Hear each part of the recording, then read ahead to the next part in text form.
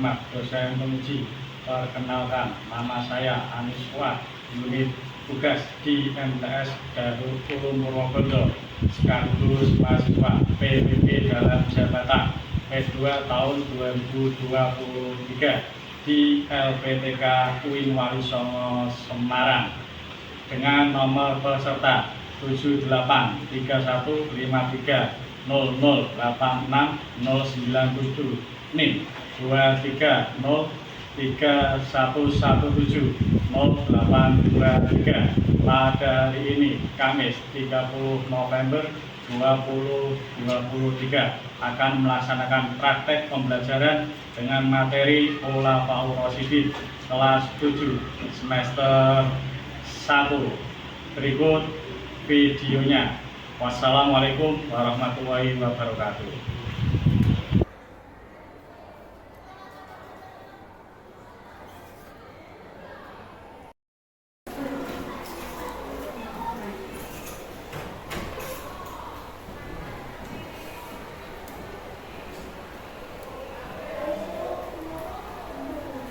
Assalamualaikum warahmatullahi wabarakatuh.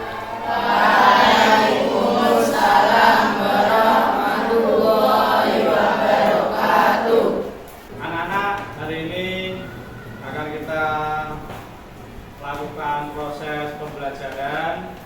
Sebelumnya kita berdoa terlebih dahulu.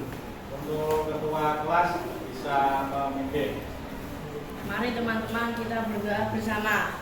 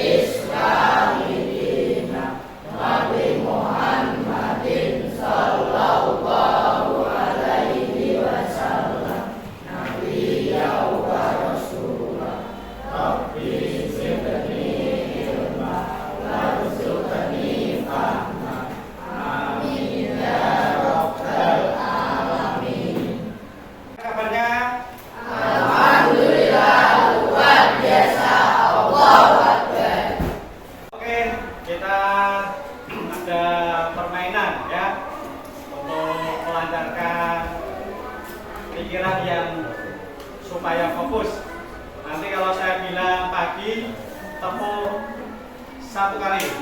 Kalau saya bilang siang, tepuknya 2 kali. Kalau saya bilang malam, tepuknya 3 kali. Oke, kita konsentrasi. Kita coba malam, siang, pagi, siang, malam. Tepuk semangat.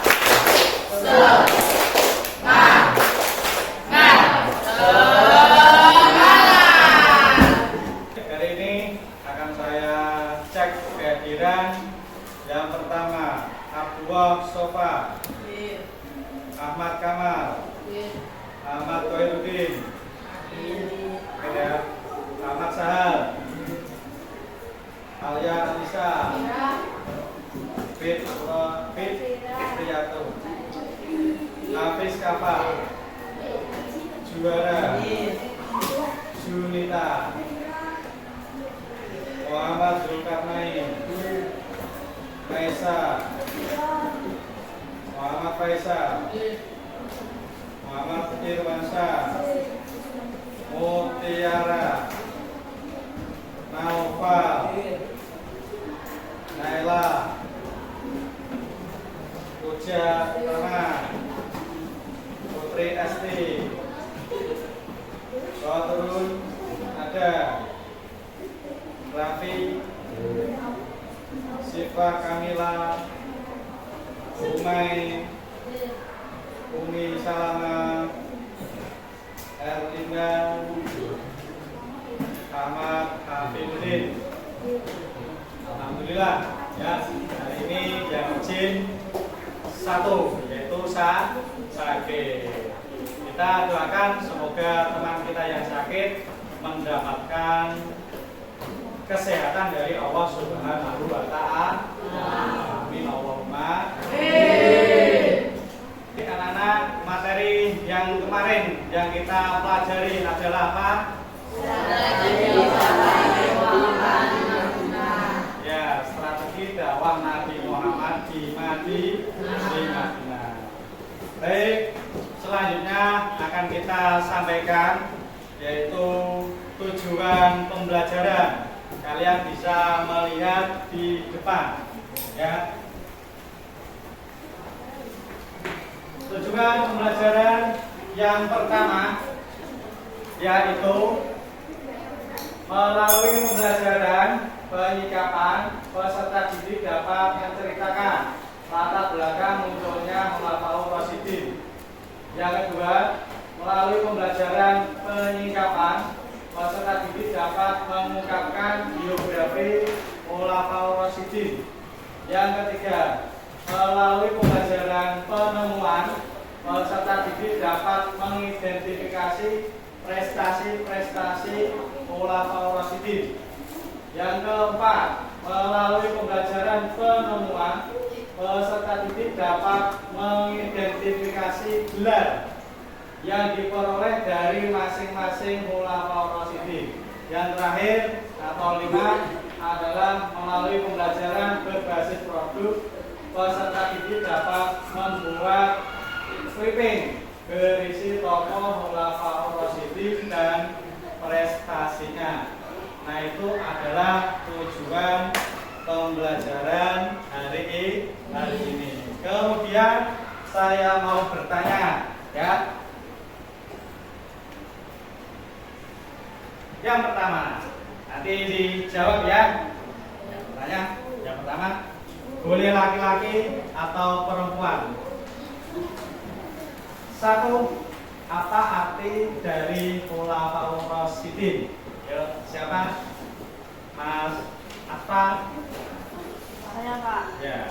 Khulafaur Rasyidin adalah pemimpin umat Islam berganti Nabi Muhammad yang telah mendapatkan petunjuk dari Allah Subhanahu wa Ta'ala. Ya, jawabannya bagus ya. Nah, itu adalah pengertian atau arti dari Khulafaur Rasyidin. Yang kedua, ini anak perempuan ya. Kalau laki-laki sudah, sekarang anak perempuan. Apa itu? Sebutkan nama-nama Khalifah Khulafaur Rasyidin. Ayo, ya, itu sudah Maisa. Abu Bakar As-Siddiq, Umar bin Khattab, Utsman bin Affan, Ali bin Abi Thalib. Ya, bagus. Kasih aplaus ya. Tepuk tangan. Semangat. Di depan sudah ada gambar. Kalian bisa melihatnya. Kira-kira gambar apakah itu? Gambar yang pertama gambar apa? Khulafaur Rasyidin kan? Ada Abu Bakar, ada Umar, ada Utsman, dan ada Ali. Yang kedua, gambar apa itu? Gambar Al-Qur'an. Nah, untuk selanjutnya materi pokok kalian bisa lihat di depan. Materi pokok, Nabi Muhammad wafat pada tanggal 12 Rabiul Awal tahun 11 Hijriah atau tanggal 8 Juni tahunnya 632 Masehi. Setelah beliau wafat, situasi di kalangan umat Islam sempat kacau. Hal itu disebabkan Nabi Muhammad tidak menunjuk calon penggantinya. Dua kelompok yang merasa paling berat untuk dicalonkan sebagai pengganti Nabi adalah kaum Muhajirin dan kaum Ansor. Perbedaan pendapat antara kedua kelompok tersebut akhirnya dapat diselesaikan secara damai oleh Umar bin Khattab. Di bawahnya Khulafaur Rasyidin ada 4. Yang pertama Abu Bakar As-Siddiq, yang kedua Umar bin Khattab, yang ketiga Utsman bin Affan, yang ketiga Ali bin Abi Thalib. Di situ juga sudah ada tahun memerintahnya atau tahun menjadi khalifah waktu memimpin. Selanjutnya prestasi.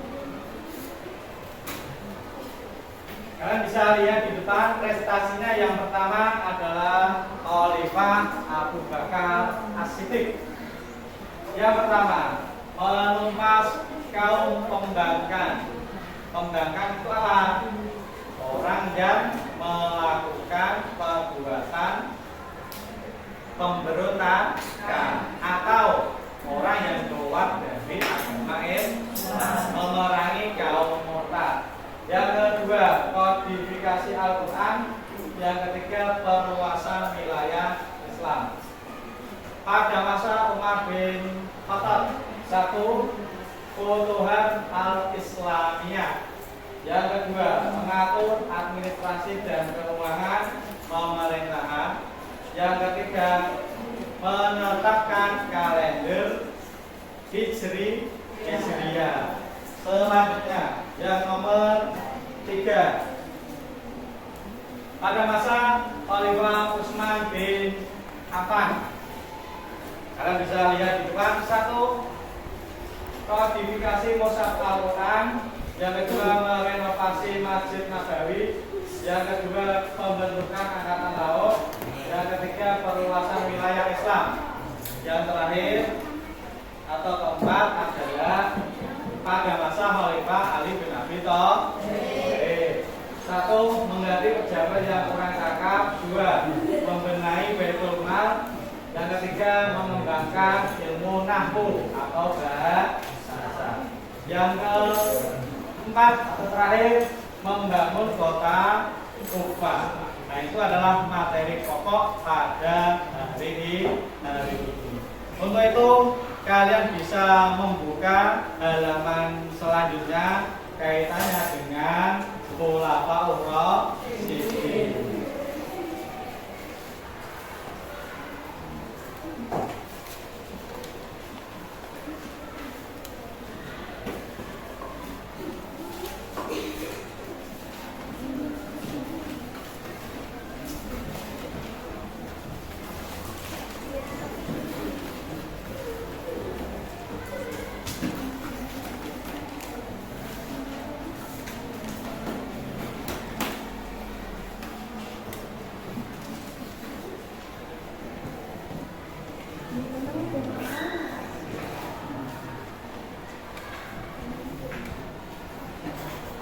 Baik, setelah kalian membaca, ini ada materi tambahan, yaitu menonton video. Kalian bisa menyimak baik-baik.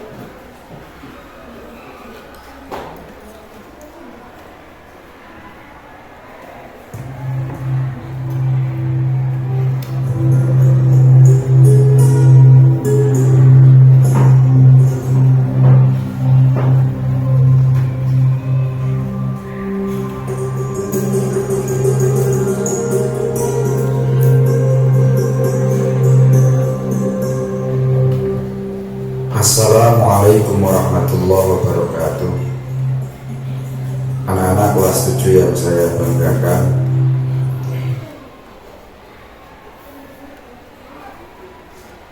Khulafaur Rasyidin, maka kita memasuki materi, yaitu tentang Khulafaur Rasyidin. Namun sebelum pelajaran ini kita mulai, mari kita bersama-sama buka pelajaran kali ini dengan bacaan basmalah. Bismillahirrahmanirrahim. Baiklah anak-anak, di dalam pelajaran kali ini, indikator yang mesti kalian capai adalah yang pertama, kalian mampu memahami pengertian Khulafaur Rasyidin. Dan yang kedua adalah kalian memahami latar belakang munculnya Khulafaur Rasyidin. Kita bahas yang pertama adalah pengertian Khulafaur Rasyidin. Tentu istilah ini sesuatu yang bukan asing buat kalian, karena memang istilah ini sudah sangat populer bagi umat Islam. Namun demikian, kita coba dalami apa yang sebenarnya disebut dengan Khulafaur Rasyidin. Khulafaur Rasyidin menurut istilah adalah pemimpin umat Islam, pengganti Nabi Muhammad SAW yang telah mendapatkan petunjuk dari Allah untuk meneruskan perjuangan Nabi Muhammad SAW. Secara bahasa, Khulafaur Rasyidin berasal dari bahasa Arab, yaitu Al-Khulafaur Ar-Rasyidin. Al-Khulafaur Rasyidin. Khalifah artinya pengganti, sedangkan Ar-Rasyidin artinya mereka yang mendapat petunjuk. Jadi Khulafaur Rasyidin menurut bahasa adalah orang yang ditunjuk sebagai pengganti, pemimpin atau penguasa yang selalu mendapat petunjuk dari Allah Subhanahu wa Ta'ala. Khulafaur Rasyidin terdiri dari 4 sahabat yang terpercaya, yaitu khalifah yang pertama adalah Abu Bakar As-Siddiq, yang menyebut dirinya pengganti Rasulullah atau Khalifati Rasulillah. Kemudian khalifah yang kedua adalah Umar bin Khattab, yang memiliki julukan pula atau yang menyebut dirinya sebagai Khalifati Rasulillah atau penggantinya Rasulullah. Yang dimaksud adalah penggantinya Abu Bakar. Dan yang ketiga adalah Utsman bin Affan, dan yang keempat adalah Ali bin Abi Thalib. Mereka semua adalah para sahabat dekat Nabi Muhammad yang tercatat paling dekat dan paling dikenal dalam membela ajaran yang di bawahnya di saat masa Rasulullah Muhammad SAW. Keempat khalifah tersebut dipilih bukan berdasarkan keturunannya, melainkan berdasarkan konsensus bersama umat Islam. Sementara sistem pemilihan terhadap masing-masing khalifah tersebut berbeda-beda. Hal tersebut terjadi karena para sahabat menganggap tidak ada rujukan yang jelas yang ditunjukkan oleh Nabi Muhammad SAW tentang bagaimana suksesi atau pemilihan kepemimpinan Islam akan berlangsung. Pembahasan berikutnya adalah latar belakang munculnya Khulafaur Rasyidin. Rasulullah SAW wafat pada hari Senin, yaitu tanggal 12 Rabiul Awal. Di Rasulullah itu lahir pada hari Senin 12 Rabiul Awal, wafat juga pada hari Senin 12 Rabiul Awal, yaitu tepatnya pada tahun 11 Hijriah atau tanggal 8 Juni 632 Masehi. Saat itu beliau berumur 63 tahun. Selama 13 hari beliau sakit, yaitu mulai tanggal 29 Safar 11 Hijriah. Pada hari itu Rasulullah SAW menghadiri prosesi pemakaman salah satu sahabat di pemakaman Baqi. Sepulang dari pemakaman Baqi, Rasulullah SAW jatuh sakit. Suhu tubuhnya panas melebihi ukuran manusia normal. Kondisi kesehatan Rasulullah SAW semakin hari semakin lemah. 4 hari jelang wafatnya, beliau sudah tidak mampu lagi untuk menjadi imam sholat 5 waktu, sehingga Abu Bakar As-Siddiq ditunjuk untuk menggantinya. Perselisihan kaum Muhajirin dan Ansor muncul sesaat setelah Rasulullah SAW wafat. Situasi di kalangan kaum muslimin sempat kacau. Hal ini disebabkan Rasulullah SAW tidak menunjuk calon pengganti pemimpin umat Islam secara pasti. Kaum Muhajirin dan Ansor adalah dua kelompok yang merasa paling berhak menggantikan kepemimpinan umat Islam pada wafatnya Rasulullah. Kaum Muhajirin mengajukan Abu Bakar As-Siddiq sebagai kandidat pemimpin umat Islam setelah wafatnya Rasulullah. Dengan berbagai argumentasi, kaum Muhajirin adalah pengikut pertama dan berjuang sejak awal dengan Rasulullah SAW. Sementara Abu Bakar As-Siddiq adalah orang yang ditunjuk menggantikan imam sholat 5 waktu selama Rasulullah SAW sakit. Di pihak lain, kaum Ansor merasa paling berhak karena Islam dapat berkembang dan mengalami masa kejayaan setelah Rasulullah SAW hijrah ke Madinah. Mereka mencalonkan Sa'ad bin Ubadah sebagai kandidat pemimpin umat Islam. Perselisihan tersebut dapat diselesaikan secara damai oleh Umar bin Khattab setelah ia mengungkapkan berbagai argumentasinya. Selanjutnya ia membaiat Abu Bakar As-Siddiq dan diikuti oleh Sa'ad bin Ubadah.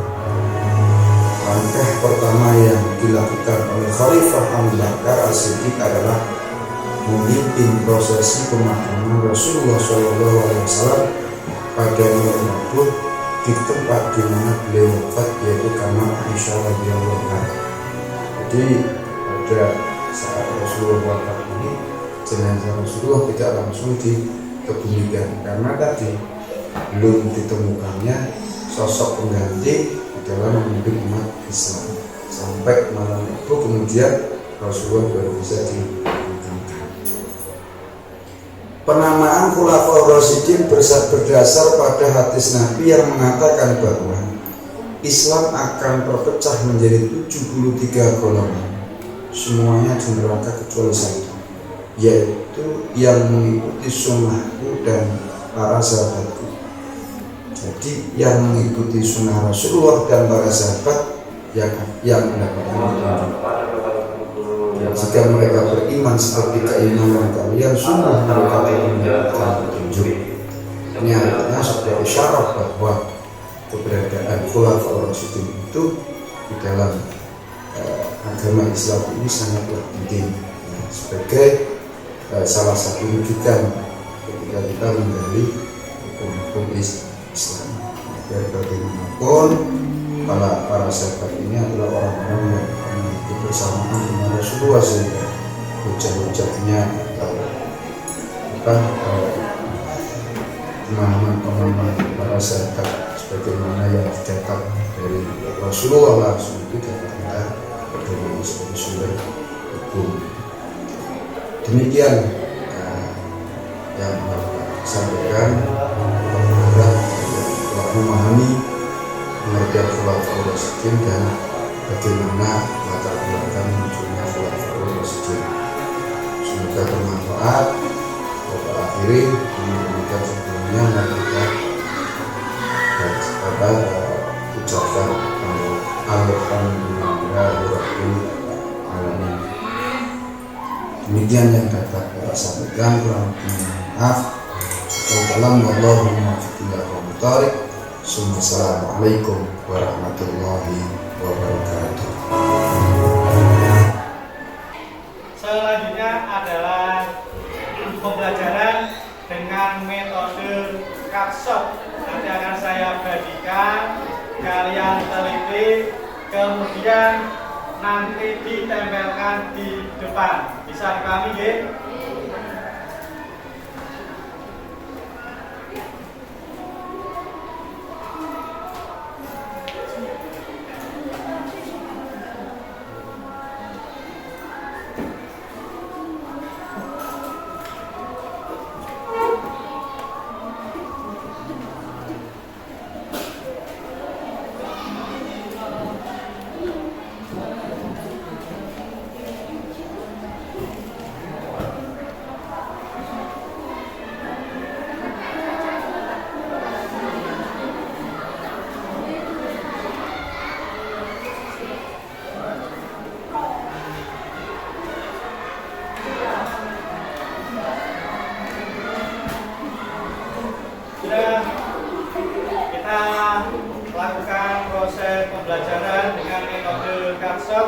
yang sudah mendapatkan kartu nanti bisa dilihat isinya apa, kemudian nanti maju ke depan.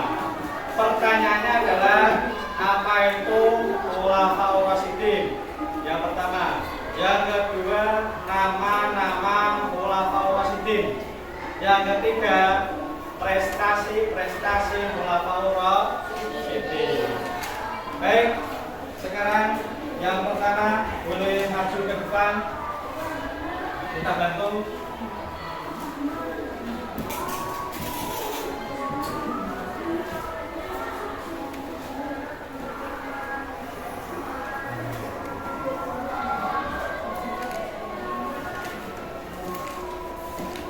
Yuk, yang selanjutnya.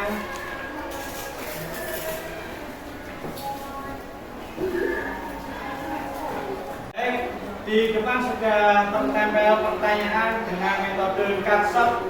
Yang pertama adalah apa itu khulafaur rasyidin? Apa itu khulafaur rasyidin? Nanti anak yang membawa kartunya atau artinya bisa maju ke depan. Yang kedua, nama khalifah khulafaur rasyidin. Nanti yang pertama, ya. Selanjutnya gelar khulafaur rasyidin yang pertama. Terus prestasi khulafaur rasyidin yang pertama. Baik, siapa yang memegang yang pertama? Apa itu khulafaur rasyidin?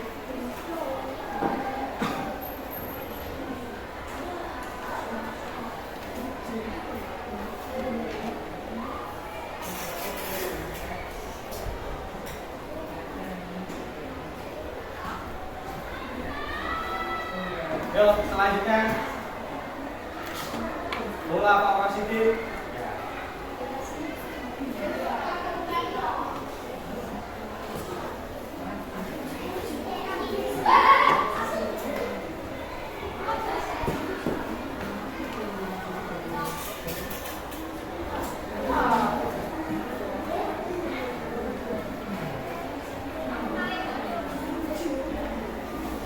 Yuk, prestasinya.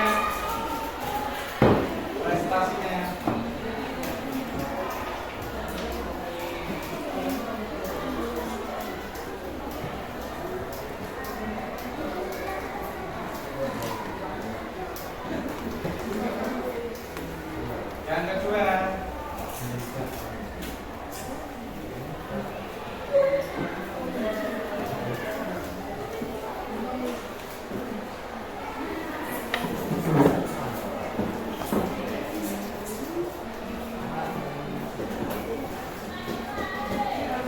yang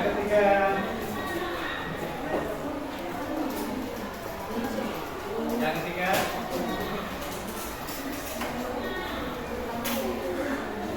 perluasan wilayah.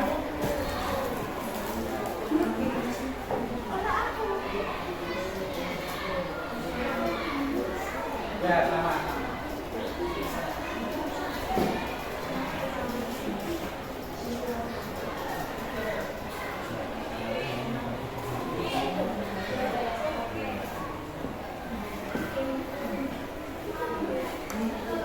Selanjutnya khalifah yang nomor 2. Siapa namanya? Abu Bakar juga.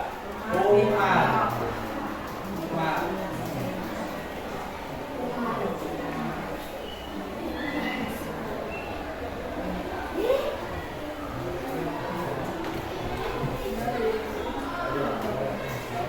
Gelarnya Umar.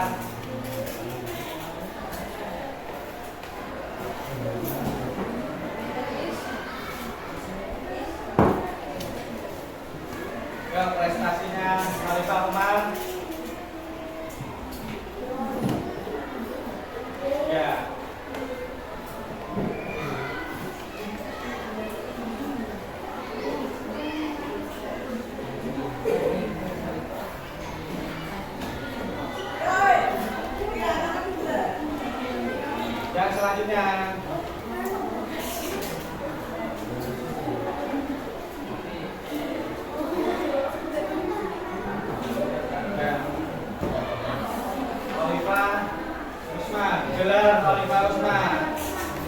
Gelarnya.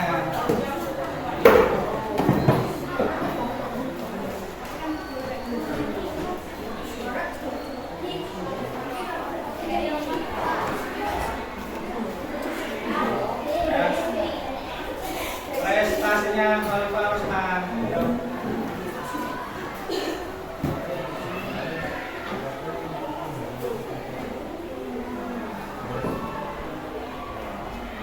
Terus selanjutnya Khulafaul.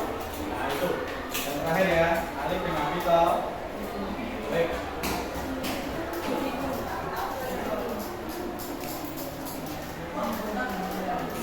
Gelarnya yang membawa gelar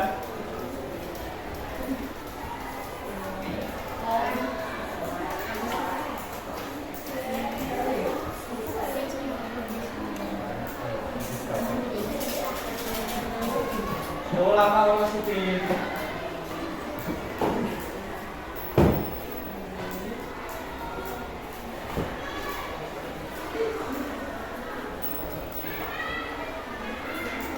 Yang kedua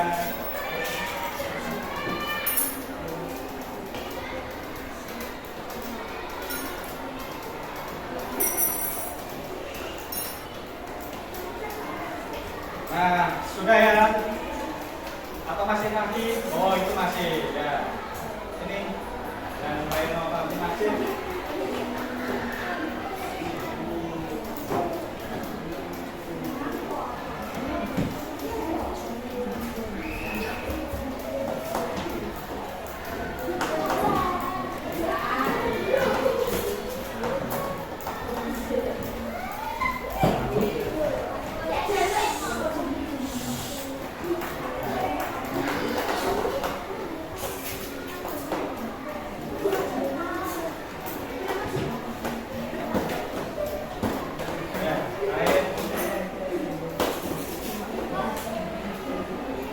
Masih ada ya?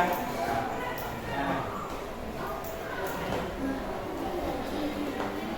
Yang terakhir, oke. Ya. Nah.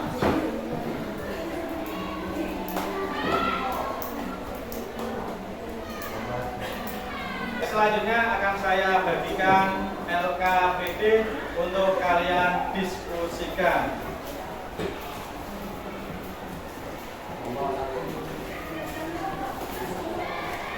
Dua, tiga,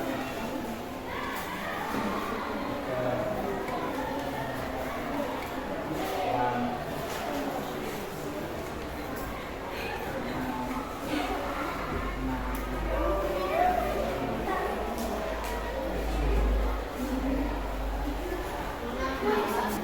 ya boleh didiskusikan ya, silakan diisi, dikerjakan dengan sungguh-sungguh.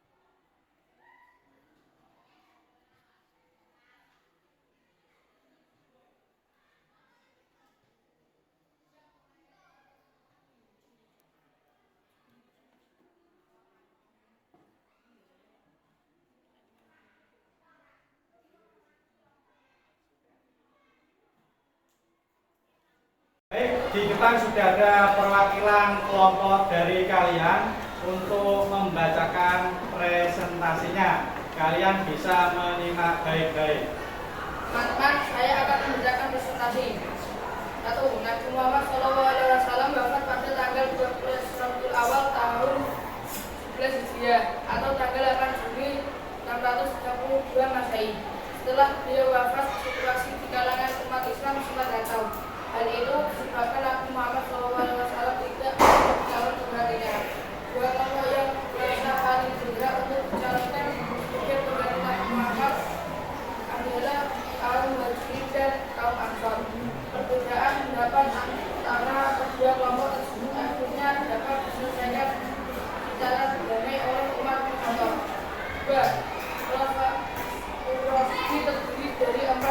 sahabat utama Rasulullah, yaitu A. Abu Bakar As-Siddiq, B. Umar bin Khattab, C. Utsman bin Affan, D. Ali bin Abi Thalib. Banyak sekali prestasi yang dicapai oleh Khulafaur Rasyidin. Adapun prestasi Khulafaur Rasyidin yang menonjol adalah A. Pada masa Abu Bakar, 1. Perbaikan sosial masyarakat, 2. Perluasan dan pengembangan wilayah Islam, 3. Pengumuman ayat-ayat Al-Quran. B. Pada masa Umar bin Khattab, 1. Perluasan wilayah Islam, dakwah Islam sampai ke Suriah, Persia dan Mesir. 2. Bagi wilayah Islam menjadi 8 provinsi serta menunjuk seorang gubernur untuk memerintah pada wilayah provinsi tersebut. Seorang gubernur bertanggung jawab atas maju mundur Islam. 3. Membentukan dewan-dewan, misalnya Dewan Perbendaharaan Negara yang mengatur pemasukan dan pengeluaran uang negara, Dewan membantu dan memelihara keamanan negara. 4. Membentukan urusan penghakiman, tiap-tiap gubernur didampingi oleh seorang hakim yang mempunyai otonomi penuh. 5. Penetapan tahun hijriah, yaitu mulai dari hijrah Rasulullah SAW dari Mekah ke Madinah 622 Masehi 1 Hijriah. 6. Pembangunan masjid yang dibangun, yaitu Masjidil Haram, Masjid An-Nabawi, Masjid Al-Aqsa, Sorati, Yerusalem, dan Masjid Abu di Mesir. C. Pada masa Utsman bin Affan, 1. Renovasi atau perluasan Masjid Nabawi di Madinah. 2. Usaha kodifikasi Mushaf Al-Quran. 3. Membentuk angkatan laut. 4. Perluasan wilayah dakwah Islam. Pada masa Ali bin Abi Thalib, 1. Mengganti pejabat yang tidak cakap.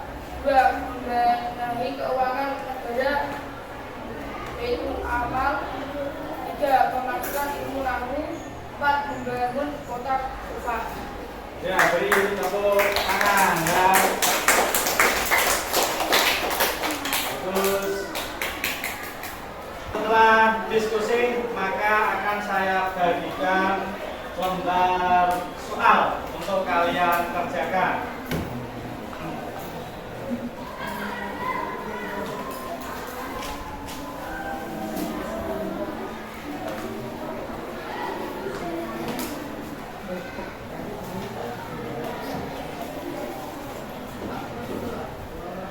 Panggilan siswa ke kantor PU. Komita Lailatul Husaini kelas 9 B. Sekali lagi, panggilan ke kantor PU Komita Lailatul Husaini kelas 9 B.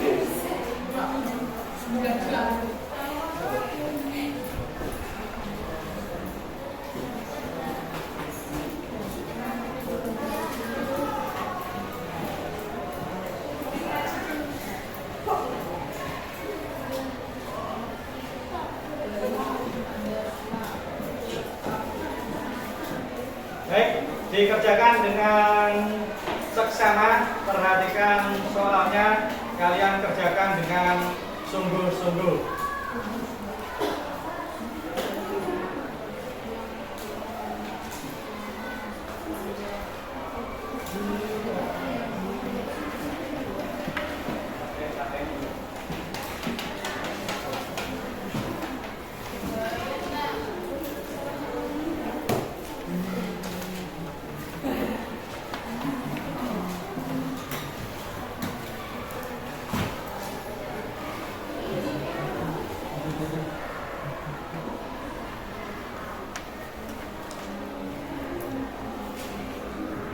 Sudah selesai ya?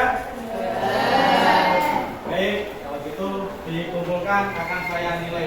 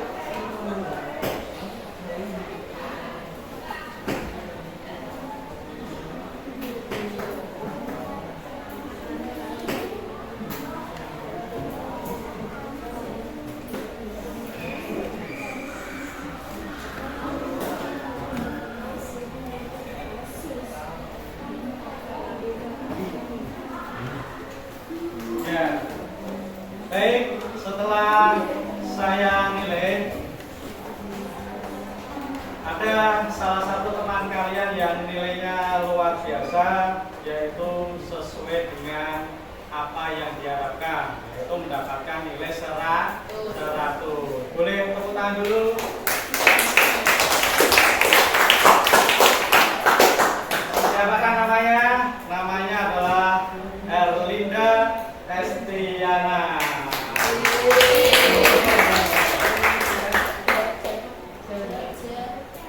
Baik, bagaimanakah pembelajaran pada pagi hari ini? Alhamdulillah. Besok akan kita laksanakan pembelajaran yang lebih menarik lagi. Untuk itu, jangan lupa tetap semangat dalam belajar mengajar. Mari kita tutup pelajaran hari ini dengan membaca hamdalah bersama-sama. Alhamdulillahirabbil alamin. Baik, dari saya, assalamualaikum warahmatullahi wabarakatuh.